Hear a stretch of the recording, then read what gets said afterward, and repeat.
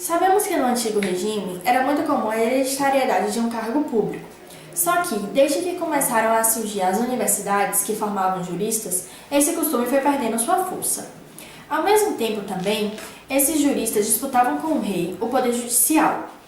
Naquela época, não havia liberdade individual e de consciência, havia apenas uma distinção entre interesses públicos e particulares.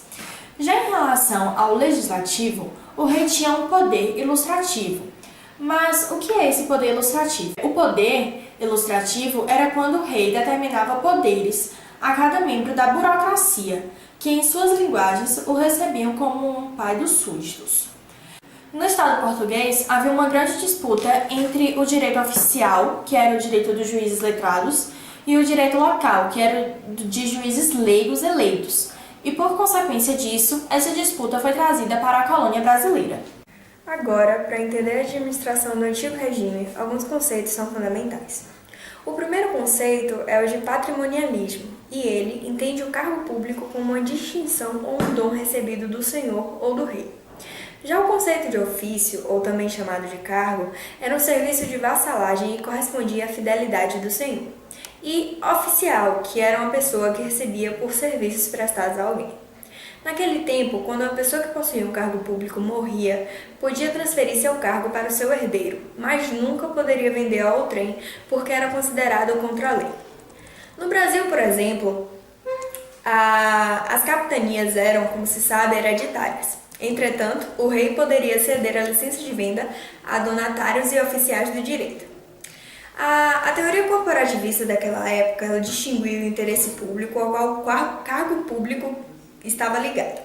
Assim, as corporações elas deveriam ter a autonomia de criar seus próprios cargos. No entanto, essa teoria corporativista não chegou nem a Portugal nem ao Brasil. E para a distinção dos poderes, competência, jurisdição e condições de exercício de poder, havia só o regimento geral. Este regimento geral ele iria regular as ações dos cargos ou dos órgãos. Tomé de Souza, que foi o primeiro governador-geral das capitanias, ele tinha função militar e fazendária. Naquele momento, as autonomias locais elas estavam perdendo força contra o regimento real. Então, se fazia necessária a criação de um cargo, que foi denominado de oficiais de câmara, que seria de confiança dos donatários. Para o rei ter a posse desse cargo e colocar alguém que ele escolhesse, ele deveria, contraditoriamente, comprar o cargo. Entretanto, Teixeira de Freitas, no segundo reinado, ele afirma que os cargos de ofício não podem ser tratados como propriedade, segundo registrou na Lei de 11 de outubro de 1827, no artigo 1º. Então, para acabar com os ofícios e os cargos patrimonialistas, criou-se um novo conceito de cargo público, a comissão, em que alguém denominado comitente indicaria um terceiro, chamado comissário, para realizar algo em seu nome. Bem, a gente sabe que naquela época o sistema tributário contemporâneo era distinto do antigo regime. O contemporâneo tinha suas funções próprias como as fiscais, as extrafiscais e a moralidade presumida. No antigo regime, com o sistema fazendário, refletindo a organização política, a cobrança fiscal era feita de forma privada. O sistema de cobrança era encabeçamento em que o rei firmava pactos com vilas ou câmaras para determinar uma quantidade fixa pela terra. Essas quantias, na maioria das vezes, eram distribuídas entre os habitantes. Um exemplo disso foi observado pela revolta dos mineiros de 1720, que encerrou-se com a determinação do quinto sobre o ouro extraído das minas. Em 1761, em Portugal, o Marquês de Pombal centralizou e organizou as cobranças com o Tesouro ou o Erário Régio, concedendo benefícios fiscais para favorecer atividades mercantis. A tributação era rígida e intensa. Entretanto, as necessidades originárias eram as cobranças injustas e as influências de poder na região não permitiam uma boa aplicação dessas taxas. A renda da coroa era dividida em, primeiro, os próprios da coroa, o famoso quinto. Este, mais tarde, começou a ser retirado nas casas de fundição. Segundo, os impostos ou tributos. Existiram três principais. O dízimo, que era 10% do produto da terra destinado à igreja, e mais tarde, ao rei. A dízima das mercadorias, que era contada sobre a entrada e a saída das mercadorias do território nacional. Segundo, a cisa, que equivalia a 10% do valor das vendas e trocas. Por fim, a décima, que era uma parte da renda de cada súdito. Terceiro, estancos ou monopólio. Da mesma forma que o quinto era destinado aos mineradores, o estanque era destinado à região diamantina. E por fim, no quarto, as condenações. Muitas das penas consistiam em percas de bens. Na Inglaterra, em 1694, houve uma reorganização das finanças públicas em que a organização inglesa seguiu um modelo pré-liberal e pré-burocrático. Tal organização foi chamada de Revolução Financeira da Inglaterra e iniciou-se com a centralização das alfândegas, continuou com a criação do Banco da Inglaterra e com a instituição do cargo de Lorde Tesoureiro. Já para a França, em 1604, os cargos públicos foram estabelecidos hereditários. Entretanto, haviam requisitos: ser licenciado ou doutor em Direito e ter no mínimo 25 anos. Existiam dois tipos de impostos, os diretos e os indiretos. Nos diretos estavam a taille, a capacitação e a vintena.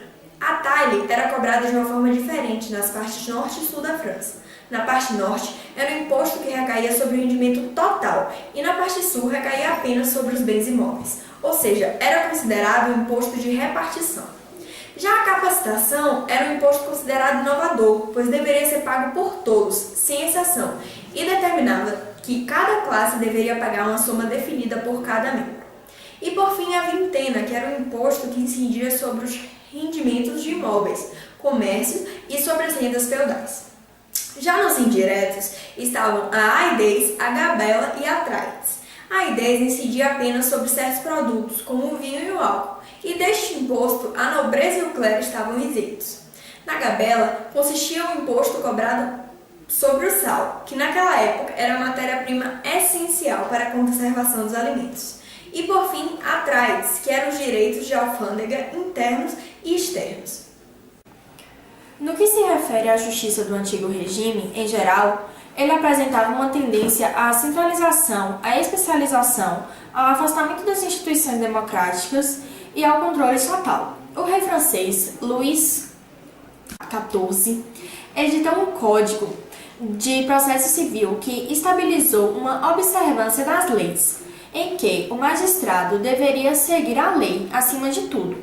Dessa forma, existia um confronto entre réus e tribunais, pois os juízes não só se opuseram à Assembleia Nacional, mas também às Assembleias Constituintes, julgando sempre de acordo o direito antigo e tradicional. Nos primórdios da Revolução Francesa, a Lei nº 16, de 24 de agosto de 1790, dispõe dos artigos 11 e 12 que os tribunais não poderiam participar direta nem indiretamente do exercício do poder legislativo.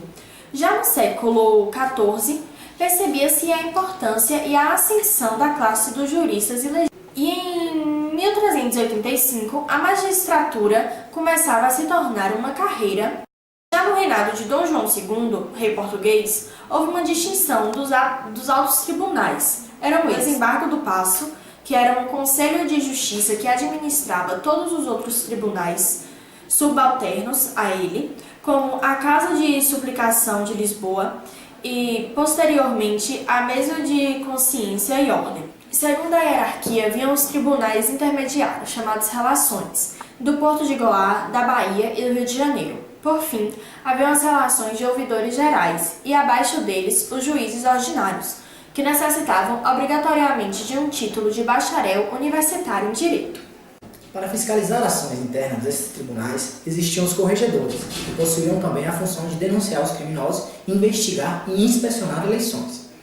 Os juízes de órfãos eram responsáveis pelos órfãos brasileiros, portugueses, escravos, irmandades ou associações religiosas leigas, o que mostra que todos os setores sociais eram amparados e protegidos pela lei.